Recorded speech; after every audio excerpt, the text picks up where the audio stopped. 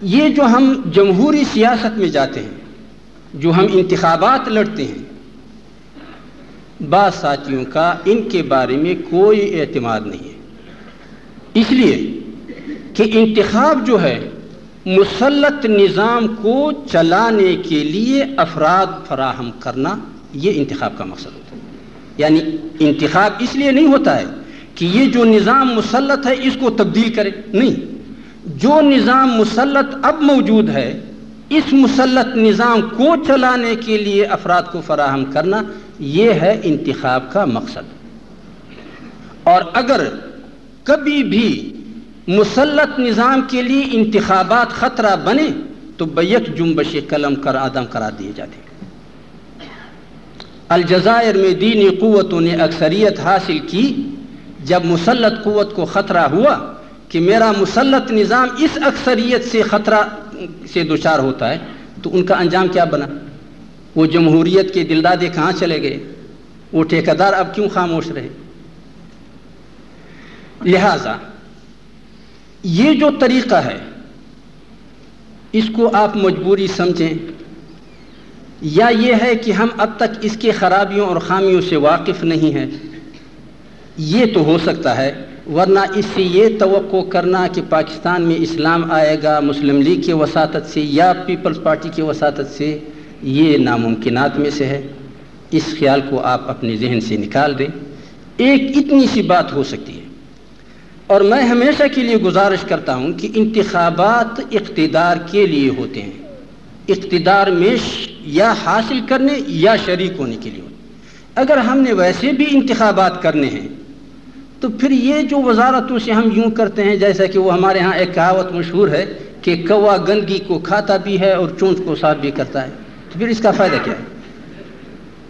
جب ہم انتخابات کرتے ہیں، جب ہم پارلیمنٹ میں جاتے ہیں، تو اس کا معنی یہ ہے کہ پارلیمنٹ میں حزب اختلاف میں وہ لوگ بیٹھتے ہیں جن کو توقع ہے کہ اگر موجودہ حکومت نہیں رہی تو پھر ہماری حکومت بنے۔ اب نواز شریف اگر جدوجہد کرتا ہے تو اس کو توقع ہے کہ اگر پیپلز پارٹی کی حکومت چلے گی تو میری حکومت بنے۔ آپ بتائیں تمہاری حکومت کبھی بھی بن سکتی ہے؟ تو پھر آپ کے حزب اختلاف کا فائدہ کیا؟ جی، آپ ہمیشہ کے لیے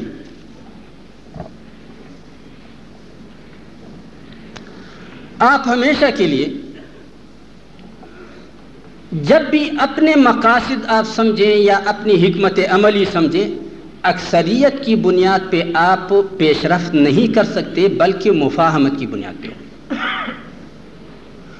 اور مفاہمت ہوگا معاہدے کی صورت، اور حزب اختلاف سے مفاہمت آپ کو فائدہ بھی نہیں دے گا تو حکومت کے ساتھ مفاہمت فائدہ دے گا۔ اب اپنی مفاہمت کی نگرانی آپ خود نہ کریں، کابینہ میں شریک نہ ہو، وہاں سے ایک فیصلہ فلور پہ آ جائے اور آپ پھر وہاں پہ کہیں کہ جی بڑا برا ہوا اور یہ ہوا، تو فائدہ کیا ہو؟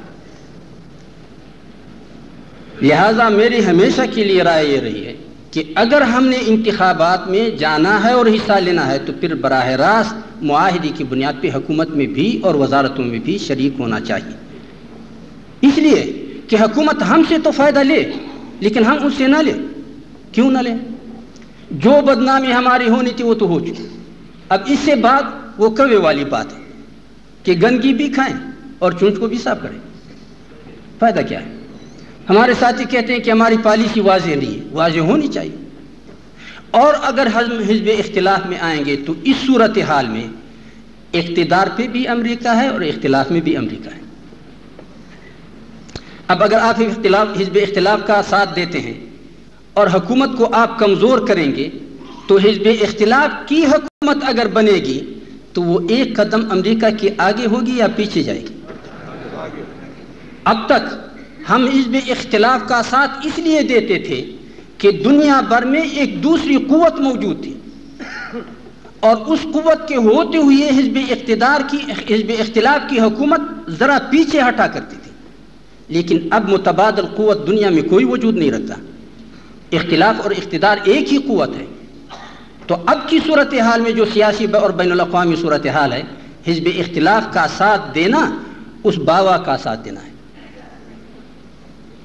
اور ہر حزب اختلاف کی جو حکومت آئے گی اور حکومت کمزور ہو کے گرے گی تو حزب اختلاف کی جو بننے والی حکومت ہے وہ